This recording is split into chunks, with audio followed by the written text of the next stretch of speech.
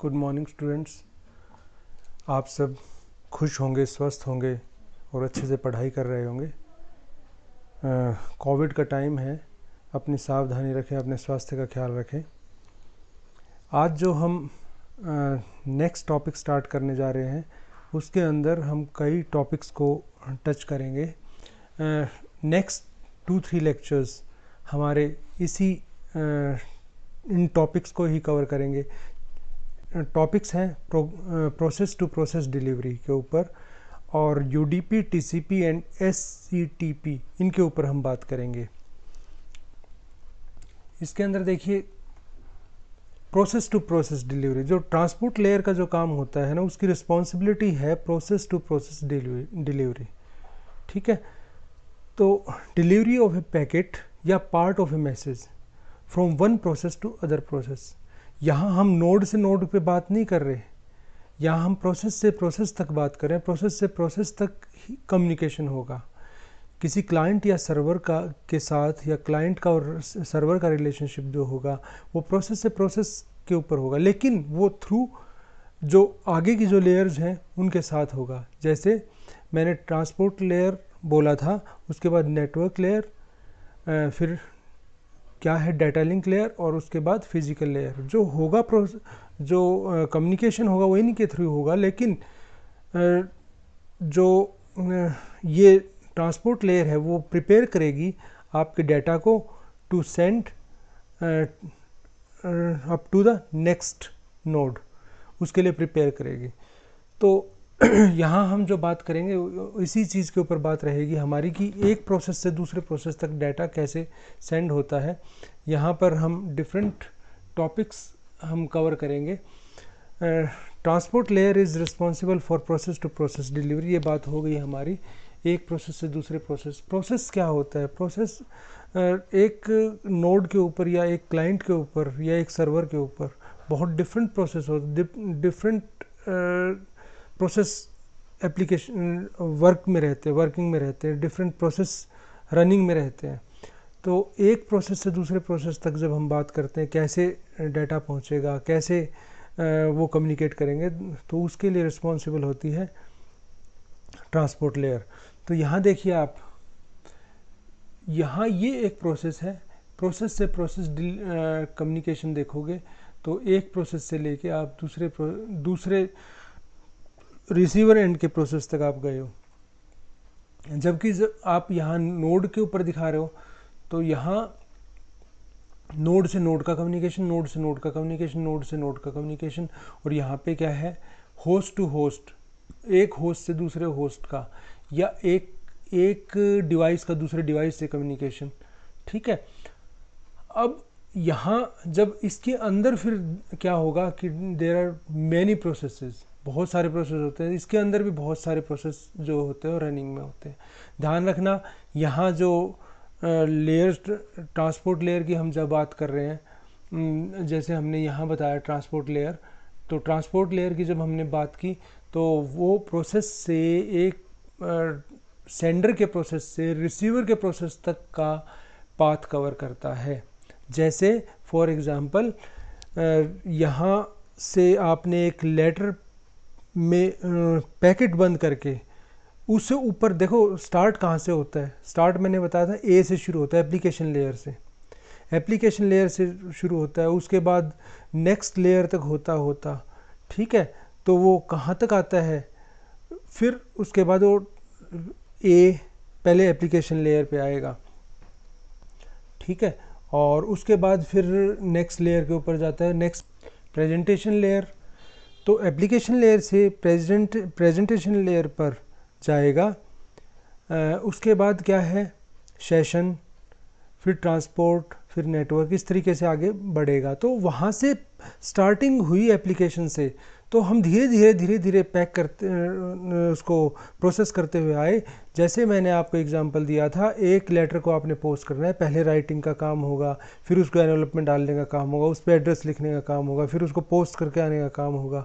तो ये फिर वहाँ से क्या आएगा, पोस्टमैन उसको निकाल के लेके जाएगा। फिर उसके बाद वहाँ से क्या है, वो दूसरे पोस्ट ऑफिस भेजा जाएगा, दूसरे सिटी के पोस्ट ऑफिस में भेजा जाएगा। लगभग ऐसा ही काम यहाँ हो रहा है। यहाँ जो इससे ऊपर की जो लेयर्स हैं, एप्लीकेशन लेयर है, उसके बाद प्रोसेस है, ठीक है, जो वो सब लेयर्स क्या करती हैं, वो उसको डाटा को रेडी करती हैं उसको नेक्स्ट स्टेज तक भेजने के लिए। एप्लीकेशन लेयर हो, चाहे प्रेजेंटेशन लेयर हो, चाहे सेशन लेयर हो, चाहे कोई भी लेयर हो, वो डाटा को तैयार करती हैं, इंक्लूडिंग कहाँ पे, नेटवर्क लेयर भी आ जाएगा उसमें, ट्रांसपोर्ट लेयर भी आ जाएगी, सब उसमें आ जाएंगी, और फाइनली वो डाटा कहाँ से भेजा जाएगा, फिजिकल लेयर से सेंड हो जाएगा। और अगेन फिर वो रिवर्स प्रोसेस फॉलो करता है। ध्यान रखना ये चीज़ कि आपका जो यहाँ पे ट्रांसपोर्ट लेयर सीधे ट्रांसपोर्ट लेयर से कम्युनिकेट कभी नहीं करती। तो node to node data link layer का काम होता है, host to host network layer का काम होता है, और process to process transport layer का काम होता है। ठीक है, यहाँ अब देखिए, जो ट्रांसपोर्ट लेयर है, और यहाँ ये ट्रांसपोर्ट लेयर रिसीवर की है, ये सेंडर की है, ये एक तरफ सेंडर है और एक तरफ रिसीवर है। तो आप ये कह सकते हो यहाँ पर दो कंज्यूमर्स हैं, दो डिवाइसेस हैं। उसके अंदर क्या होगा, यहाँ ये सर्वर का है, ये सर्वर का, और ये रिसीवर का।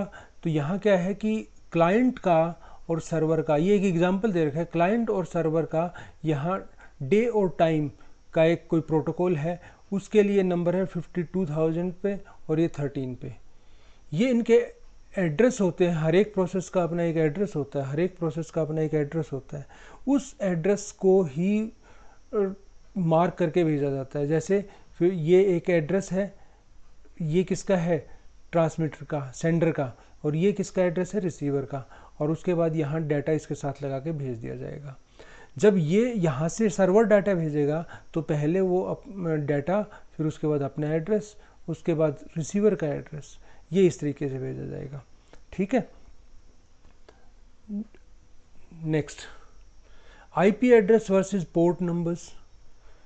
आईपी एड्रेस होता है जब आप नेटवर्क लेयर की बात करते हो, या आप आगे डाटा लिंक लेयर की बात करते हो, तो वहाँ क्या होगा, आपको आईपी एड्रेस दिए जाते हैं। ठीक है, हमने प्रीवियस स्लाइड्स के अंदर पढ़ा था कि हम आईपी एड्रेस प्रोवाइड करते हैं। तो यहाँ जब हम बात करते हैं, इस लेयर की बात करते हैं, ट्रांसपोर्ट लेयर की बात करते हैं, तो हम यहाँ पर पोर्ट नंबर देंगे। तो यहाँ डिफरेंट प्रोसेस का, पोर्ट का मतलब वो मत समझना जो फिजिकली कंप्यूटर के ऊपर पोर्ट्स होते हैं, इनपुट और आउटपुट पोर्ट होती है, वो नहीं है। ये प्रोसेस के लिए कोड्स हैं, डिफरेंट प्रोसेस को ये इनिशिएट करते हैं, उनको एक्टिव करते हैं, उनको वर्किंग में लाते हैं। ठीक है, तो IP address selects the host. जब होस्ट की बात आती है तो वो कौन करता है, select IP address. Transport layer जो है वो बात काम करती है पोर्ट नंबर के ऊपर। होस्ट तो सिलेक्ट हो गया, लेकिन वहाँ कौन से प्रोसेस के अंदर जाना है, वो प्रोसेस कौन बताएगा, वो प्रोसेस बताएगा पोर्ट नंबर। ध्यान रखना, एक होस्ट सिलेक्ट हो चुका, होस्ट सिलेक्ट होने के बाद कौन से प्रोसेस पे जाना है, वो प्रोसेस कौन डिफाइन करेगा, वो पोर्ट नंबर डिफाइन करेगा।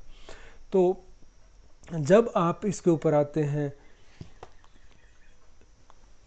IANA internet assigned number authority है, उसके कुछ रेंजेस दी हुई है, 0 से लेकर 65,535 तक की रेंज दी हुई है। तो इसके अंदर देखिए, 0 से लेकर 1023 तक वेल नोन पोर्ट्स हैं।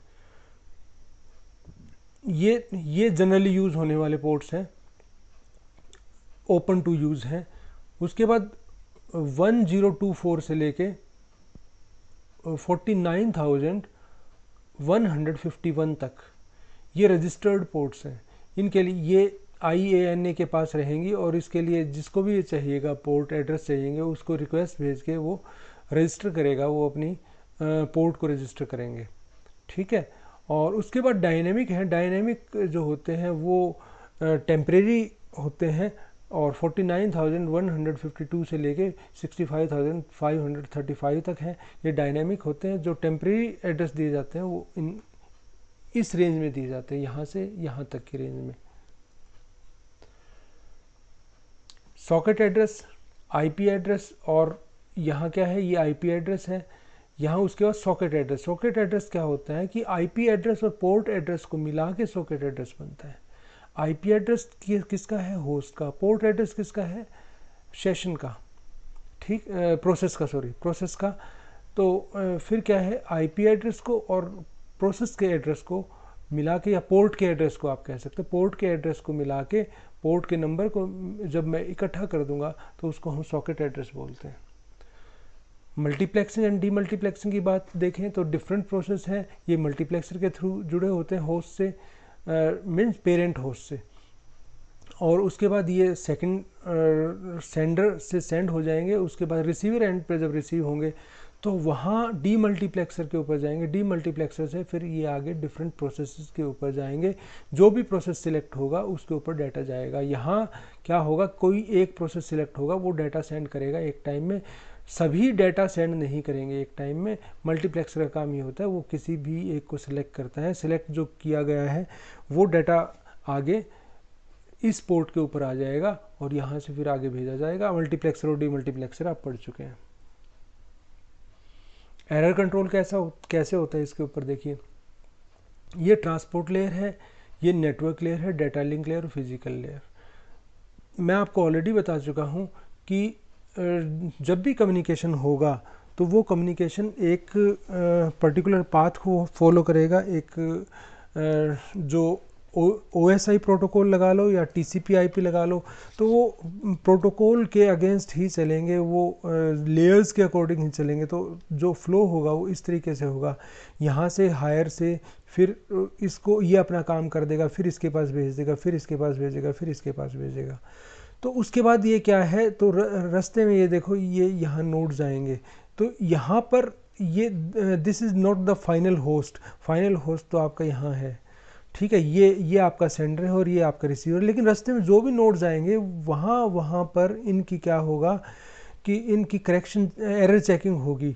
एरर में कोई करेक्शन रिक्वायर्ड होगी तो करेक्शन हो जाएगी। तो यहाँ सभी के अंदर देख लो, जितने भी रास्ते में आएंगे, तो यहाँ ये डाटा लिंक लेयर है, ये यहाँ फिजिकल लेयर है, ये यहाँ नेटवर्क लेयर है, और इससे ऊपर ट्रांसपोर्ट लेयर है। ट्रांसपोर्ट लेयर हर बार नहीं आती, बीच में नोड्स के ऊपर नहीं आती। तो यहाँ क्या होगा कि यहाँ फिजिकल लेयर पे आएगा, डाटा लिंक पे आएगा, नेटवर्क पे आएगा, फिर दोबारा से चेक होके फिर इधर से चलेगा।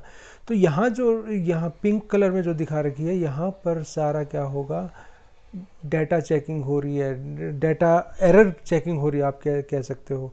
तो एरर चेक की जाती है। एरर चेक कहाँ नहीं होती, एरर चेक यहाँ नहीं होती, देखिए इसके अंदर एरर चेक नहीं होती, इनके अंदर। तो एरर चेक कहाँ होती है, कहाँ नहीं होती, वो आप देख पा रहे हैं यहाँ पर। तो डाटा लिंक लेयर और फिजिकल लेयर इन्वॉल्व है इसके अंदर, जहाँ एरर चेकिंग का काम होता है। पोजीशन ऑफ UDP, उसके बाद TCP and SCTCP in TCP/IP suit. TCP/IP protocol के अंदर जो आपका एक मॉडल है, उसके अंदर ये कहाँ आते हैं। देखिए ये एप्लीकेशन लेयर है, मैंने आपको बताया था कि इसके अंदर एप्लीकेशन लेयर 5 लेयर्स होती हैं, और जबकि OSI मॉडल में 7 लेयर्स होती हैं। यहाँ एप्लीकेशन लेयर के अंदर ये प्रोटोकॉल जाते हैं, और ट्रांसपोर्ट लेयर के अंदर ये प्रोटोकॉल जाते हैं। फिर नेटवर्क लेयर आ गई, फिर डाटा लिंक लेयर आ गए, और फिजिकल लेयर आ गए। ये सब लेयर्स यहाँ आ गई। तो UDP देखिए कहाँ है, इसके अंदर UDP ये ट्रांसपोर्ट लेयर के अंदर, ठीक है। यहाँ फिर आपके सारे प्रोटोकॉल जो आपको चाहिए वो यहाँ पर अवेलेबल है।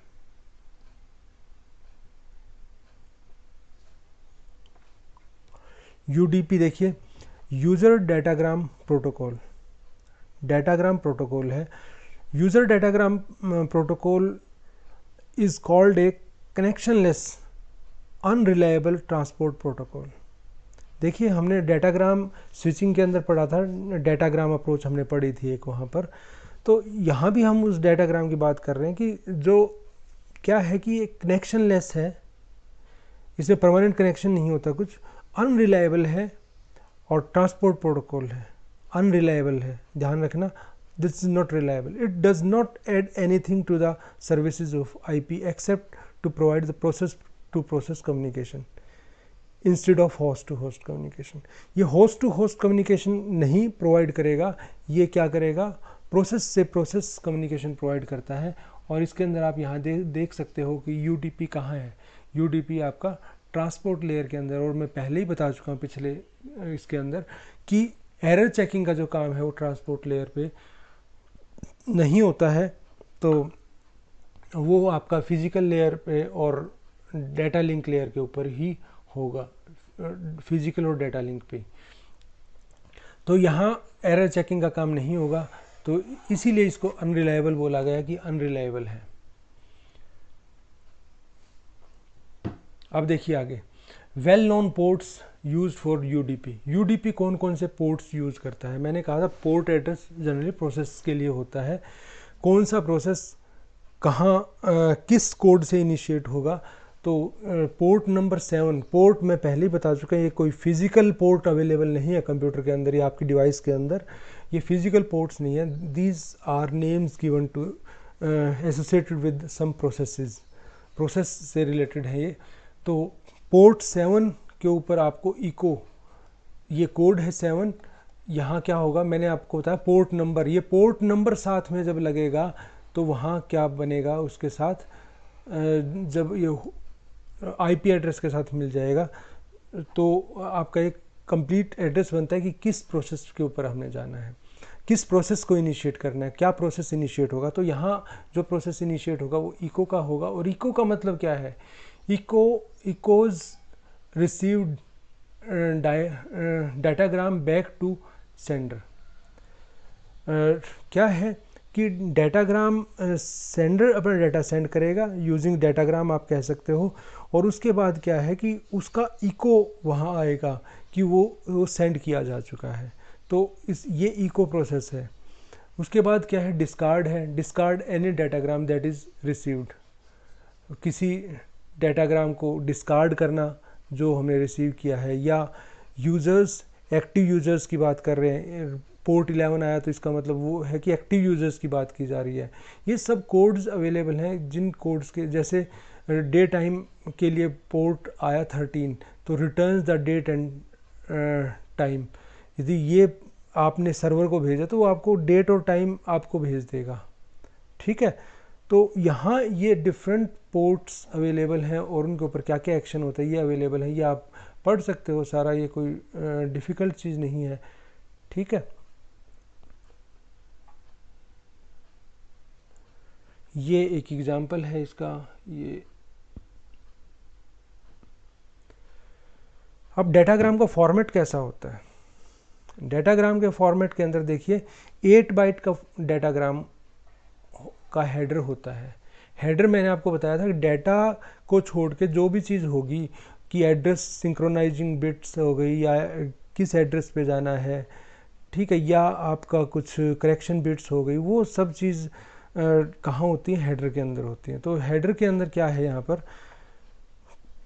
एक्चुअली ये जो लेयर है, जिस लेयर को हम पढ़ रहे हैं, इसका काम नहीं है डाटा के अंदर एरर करेक्ट करना या डिटेक्ट करना, तो इसलिए मैं करेक्शन बिट्स की इसके अंदर बात नहीं करूँगा स्पेशली। तो यहाँ क्या है कि यहाँ हम यूज़ करते हैं चेकसम, यहाँ चेकसम यूज़ करते हैं।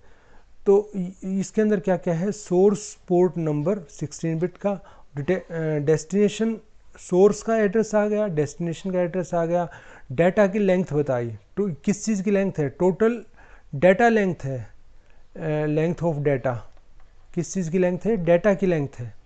और उसके बाद क्या है, चेकसम, चेकसम यहाँ क्रिएट कर दिया जाता है। चेकसम क्रिएट करने के बाद डिटेक्शन कहाँ होगी वो आगे नेक्स्ट जो पोर्ट्स हैं, रिसीविंग पोर्ट्स हैं, उनके ऊपर होता है।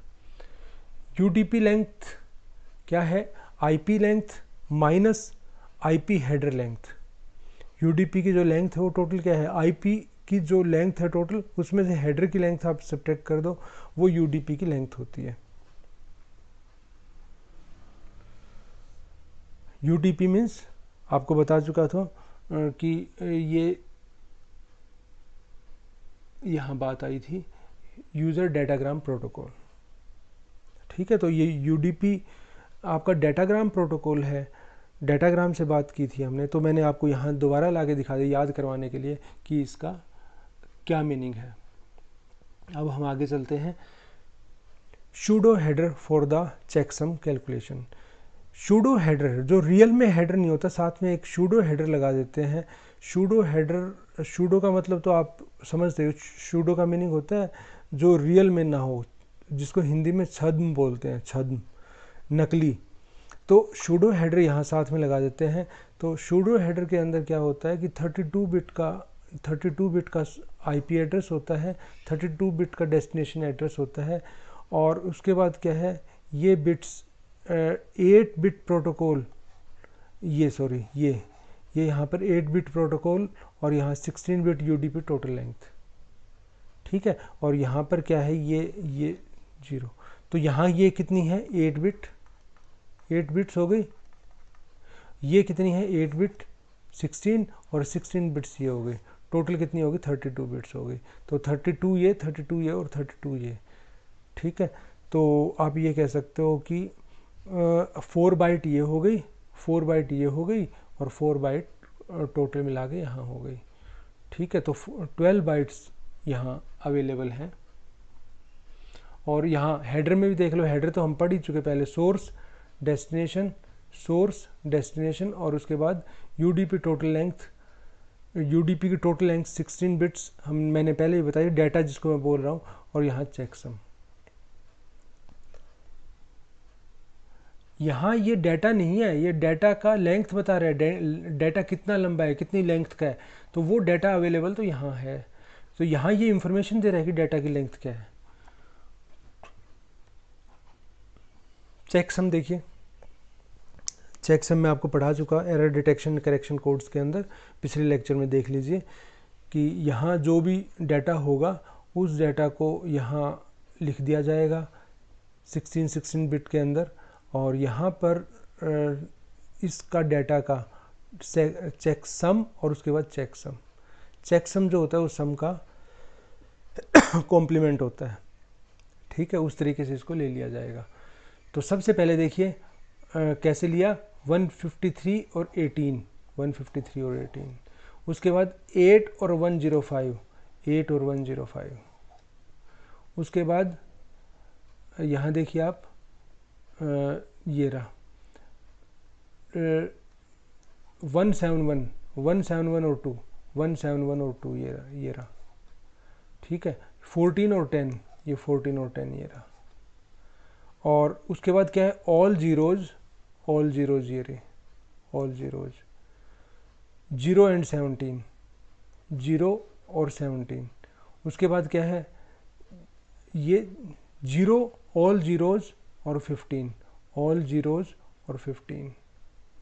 उसके बाद है 1087, 1087, ठीक है। ये इस तरीके से यहाँ सारा लिख के, और उसके बाद इसका चेकसम निकाल लिया जाएगा। यूडीपी के अंदर क्यूज़ क्या होती हैं, देखिए यहाँ डे टाइम क्लाइंट है, और यहाँ डे टाइम सर्वर है।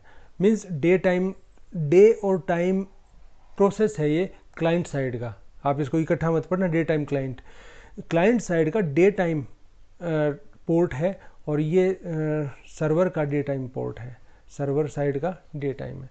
तो जब इसको क्या है कि आउटगोइंग यहाँ से ये भेजेगा रिक्वेस्ट डे टाइम के लिए, और यहाँ से ये इसको डे टाइम का डाटा सेंड करेगा।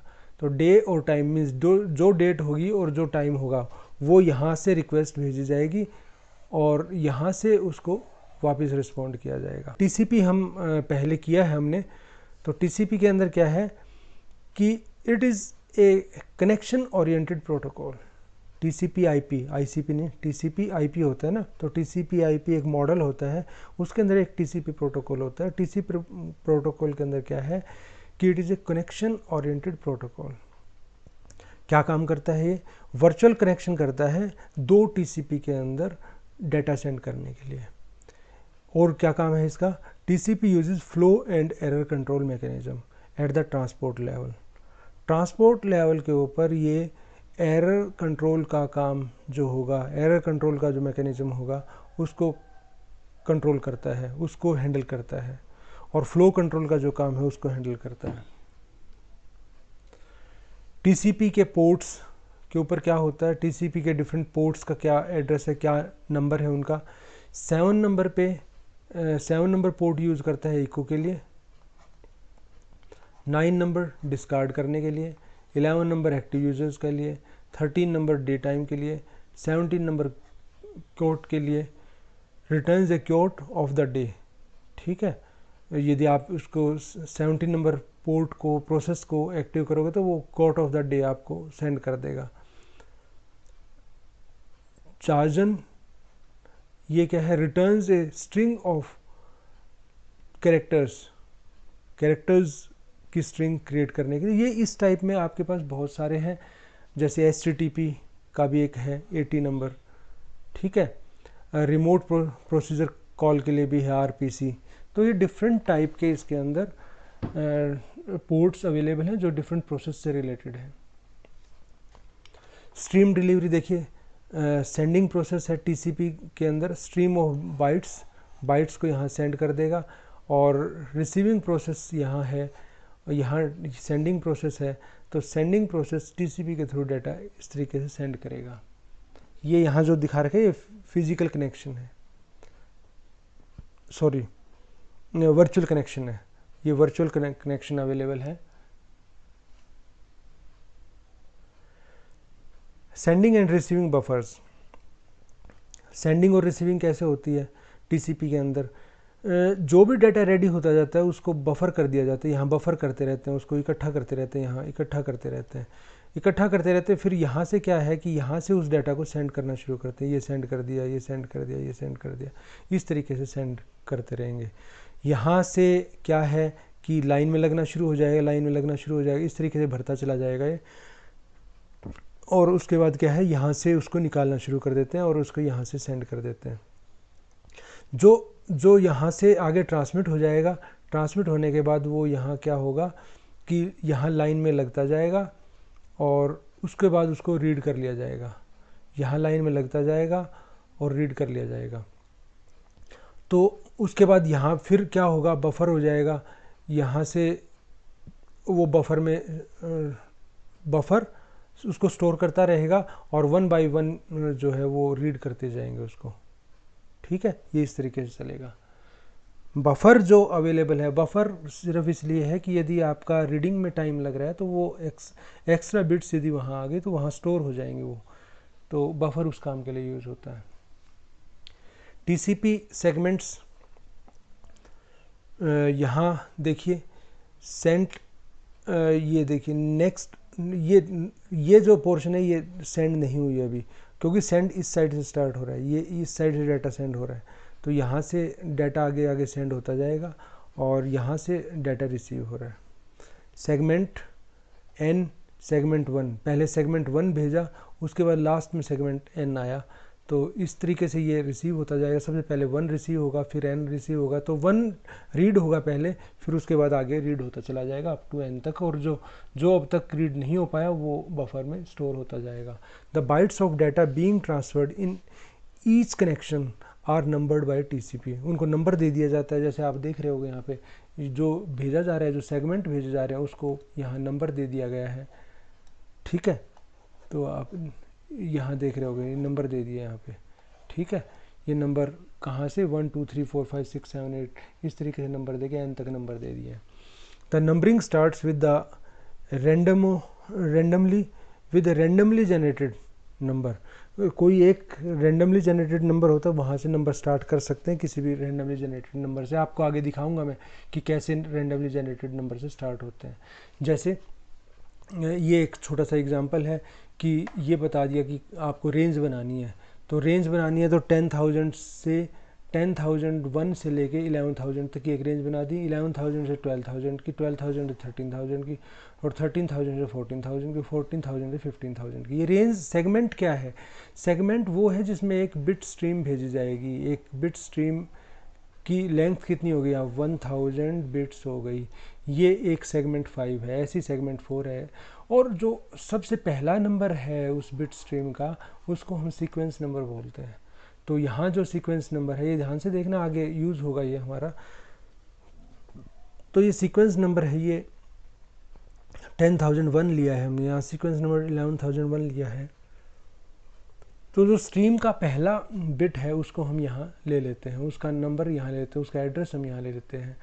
ठीक है, this is not the data, this is the address, this is the number जिसको फॉलो किया जाए। जो भी एक किस चीज़ का नंबर है, ये जो बिट जाएगी उसका नंबर है ये, बस और कुछ नहीं है, ये उसका नंबर है।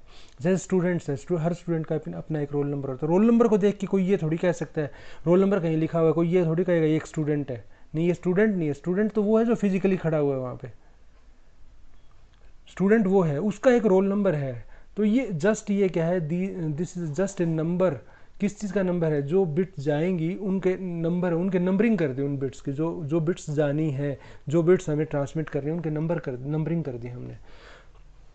The value in A sequence number field of a segment defines the number of the first data byte contained in that segment। जो सीक्वेंस नंबर क्या है, सीक्वेंस नंबर एक सेगमेंट का जो फर्स्ट बाइट है, फर्स्ट डाटा बाइट है, वो किस सेगमेंट, जो सेगमेंट जाएगा उसके अंदर बहुत सी डाटा बाइट्स होंगी। तो फर्स्ट बाइट का क्या नंबर है, नंबर, मैं बाइट नहीं कह रहा कि बाइट क्या है, मैं ये नहीं कह रहा, बाइट का नंबर, जैसे एक स्टूडेंट का रोल नंबर होता है ऐसे बाइट का एक नंबर होता है, तो वो नंबर क्या है उसको हम सीक्वेंस नंबर बोलेंगे। Value of acknowledgement field in a segment defines the number of the next byte a party expect to receive. The value of the acknowledgement field, ध्यान से समझना इसको, the acknowledgement number is cumulative. यह मैं आगे detail में बताऊंगा, लेकिन अभी इतना समझ लीजिए कि जब आप कोई एक्नॉलेजमेंट आएगी आपके पास, सपोज करो अभी आपने जो बाइट भेजी, सपोज करो अभी 8,000 नंबर बाइट भेजी है, ठीक है, तो आपके पास जो एक्नॉलेजमेंट आएगा वो आएगा 8,001, एक्नॉलेजमेंट 8,001। इसका मीनिंग ये है कि 8,001 अब भेजनी है, इससे पहले मिल चुकी हैं सभी, ठीक है। ऐसे किया, 8,000 भेज दिया, 8,001 भेज दिया, 8,002 भेज दिया, 8,003 भेज दिया, सपोज करो। तो यदि रिसीवर ने एक्नॉलेजमेंट 8,004 किया है, इसका मतलब क्या है, 8,003 तक सारी मिल गई, चाहे कितनी भी थी, 8,003 तक सभी मिल गई। तो इन दोनों चीज़ों का ये मीनिंग है, दोनों का मीनिंग बता दिया मैंने आपको कि जो एक्नॉलेजमेंट नंबर होता है, एक्नॉलेजमेंट नंबर होता है वो नंबर होता है जो अभी आना है। जैसे 8,003 तक जा चुका है तो एक्नॉलेजमेंट 8,004 आए, इसका मतलब क्या है, 3 तक आ चुका है, 4 भेजो अब, इसका मतलब ये है। और 8,000 कम्युलेटिव का मतलब क्या है, हमें ये भेजने की ज़रूरत नहीं है कि एक्नॉलेजमेंट 8,001, एक्नॉलेजमेंट 8,002, एक्नॉलेजमेंट 8,003। यदि एक्नॉलेजमेंट 8,004 आ गया तो इसका मतलब अपने आप समझ लो कि 8,003 तक सेंड हो गया। हाँ, ये इसमें एरर नहीं करनी, इसमें मिस्टेक नहीं करनी। एक्नॉलेजमेंट 8,004 का मतलब ये है कि 8,003 तक रिसीव हो चुका है, ये नहीं है कि 8,004 तक रिसीव हो चुका है, ये नहीं है। याद रखना इस चीज़ को कि जो आपने एक्नॉलेजमेंट का नंबर दिया है उससे एक पहले तक का प्रॉपरली रिसीव हो गया और पहले तक के सारे रिसीव हो गए प्रॉपरली, इसका मतलब है कम्युलेटिव है, ठीक है। टीसीपी सेगमेंट फॉर्मेट ये हम नेक्स्ट लेक्चर में करेंगे, अभी के लिए इतना ही इस लेक्चर के लिए। नेक्स्ट लेक्चर में यहाँ से स्टार्ट करेंगे। Thank you.